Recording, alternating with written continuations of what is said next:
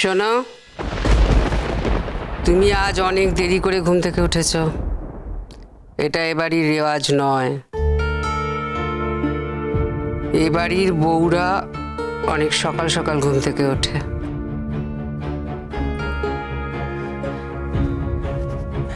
Sorry জেঠিমণি, আজকে একটু late হয়ে গেল।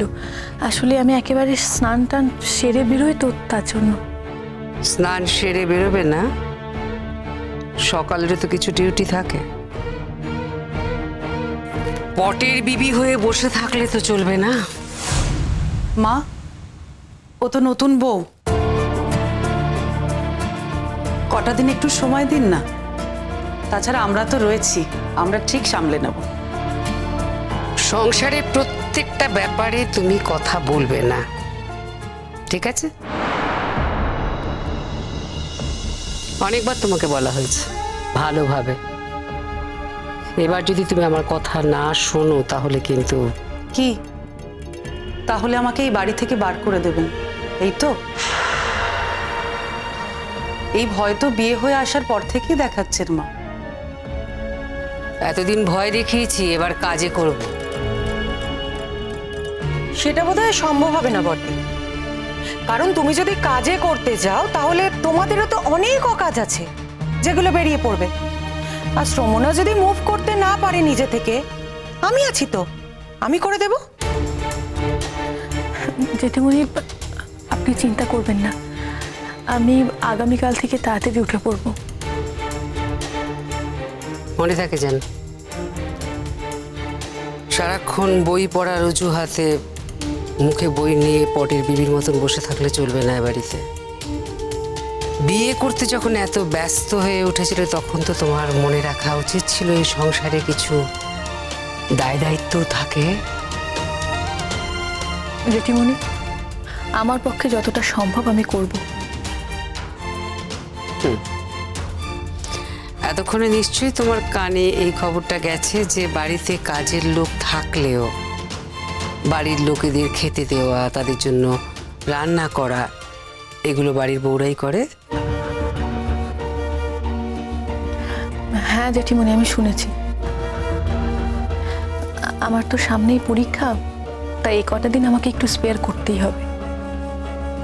সামনে যখন তোমার পরীক্ষা তখন তোমার বিয়েটা কেন স্পেয়ার করলে না মোহন? দুম করে বিয়ে করে চলে আসতে কে বলেছিল তোমাকে? জেঠিমণি, এই সিদ্ধান্তটা তো আমি একা নিইনি।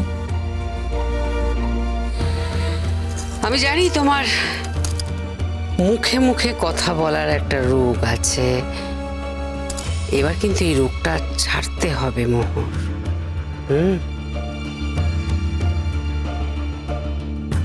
এই বাড়িতে এত কথার চাষ চলে না, কেমন? মোহর, তুমি তো এখনো ব্রেকফাস্ট করোনি। শঙ্খও বেরিয়ে গেল। শঙ্খ কিন্তু যাওয়ার আগে বারবার বলে গেছে তুমি নিজে থেকে খাবার কথা না বললেও তোমায় যেন জোর করে খাওয়ানো হয়। চলে এসো, এবার ব্রেকফাস্টটা সেরে ফেলো। মোহর, তুমি কিন্তু নিমন্ত্রিত অতিথি নও ওই বাড়িতে। হ্যাঁ, কেউ তোমার মুখের সামনে খাবার ধরবে না, বরং তুমি সবার মুখের সামনে খাবার ধরবে, আর নিজের খাবারটাও ঠিক করে খাবে। কেমন? মনে থাকবে? থাকবে। তুমি একটা ফেভার চাইবে, আমার তুমি আসতে পারো, আর আমি তোমার থেকে সামান্য একটা ফেভার চাইছি, তুমি সেটা রাজি হচ্ছ না? প্লিজ রাজি হও, প্লিজ প্লিজ অন্তরা। আপনাদের কলেজের কিন্তু একটা নাম আছে, আর আপনি কিন্তু সেই নামটার বদনাম করছেন। শোনো, তুমি আমাদের কলেজের নামটা বদনাম করো না। হ্যাঁ, শোনো শোনো, ভালো করে শোনো, এই কথাগুলো কখনো কাউকে বলবে না, নিজের কোনো প্রিয় বন্ধুকেও না। মনে থাকবে? মনে থাকবে? হ্যাঁ, ছাড়ুন বলছি, ছাড়ুন কিন্তু আমাকে, আমি কিন্তু এবার চিৎকার করবো। আনকমফোর্টেবল লাগছে না? খুব আনকমফোর্টেবল লাগছে, বুঝতে পারছি, আমি বুঝতে পারছি। আসলে কি বলতো, প্রথম প্রথম না সবার এরকম আনকমফোর্টেবল লাগে, এরপর যখন তোমার ক্যারিয়ারটা স্মুথ হয়ে যাবে যখন আমাদের রিলেশনটা স্মুথ হয়ে যাবে দেখবে সব ঠিক হয়ে গেছে। এই Antara, I love you, really I love you. শোনো, আমি একটু কফি খেতে যাবো। চলো না, সন্ধ্যাবেলা একটু কফি খেতে যাই। হ্যাঁ, আমি আগে থেকে টেবিল বুক করে রাখবো। আমি টেবিল বুক করে রাখবো, প্লিজ প্লিজ চলো আমার সাথে, please please Antara, please please. Sir আমাকে ছাড়ুন, আমি কিন্তু এবার চিৎকার করবো। না না না না না না না, এই ভুলটা ভুলেও করো না। তুমি যদি চিৎকার করো তাহলে তোমার নামে স্ক্যান্ডাল হবে। তুমি আমার ঘরে আন্ডু অ্যাডভান্টেজ নিতে এসছো, এটা নিয়ে নিউজ হবে। আমাদের কলেজ কেন, তুমি পৃথিবীর কোনো কলেজে ভর্তি হতে পারবে না। স্যার আমার এত বড় ক্ষতি করবেন না আপনি, আমি কিন্তু ওই ধরনের মেয়ে না। আমি ওই ধরনের ছেলে? হ্যাঁ? আমি রোজ গার্লফ্রেন্ড বদলাই? হ্যাঁ, তোমার তোমার ভালো লেগেছে, তোমার আমার খুব ভালো লেগেছে। মন্দারমণি যাবে, দীঘা, বকখালি, তুমি যেখানে বলবে আমি সেখানে নিয়ে যাবো। ওখানকার সব থেকে ভালো হোটেলে সব থেকে ভালো রুমটা আমি তোমার জন্য বুক করবো, প্লিজ। আপনি আমাকে ভুল চিনেছেন স্যার, ভুল চিনেছেন আপনি আমাকে। আমি কিন্তু ওই ধরনের মেয়ে নই। সব মেয়ে সবে বস হয় না। আমার কোনো কনসেশন লাগবে না, আমার কোনো কনসেশনের প্রয়োজন নেই।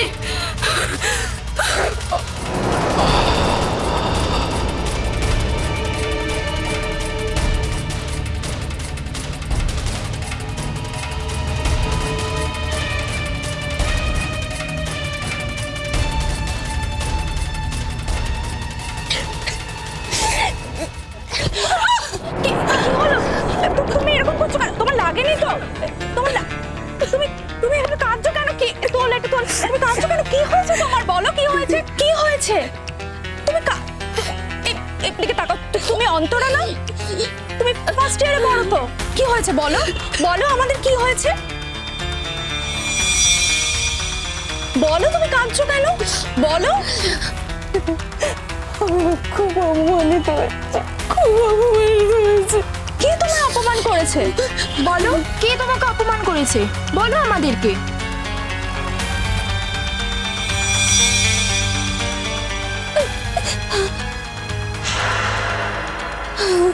ওই লোকটা।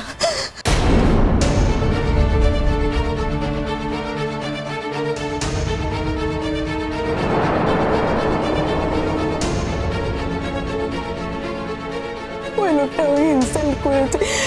ওনার কাছে না আমি কনসেশন চাইতে গিয়েছিলাম।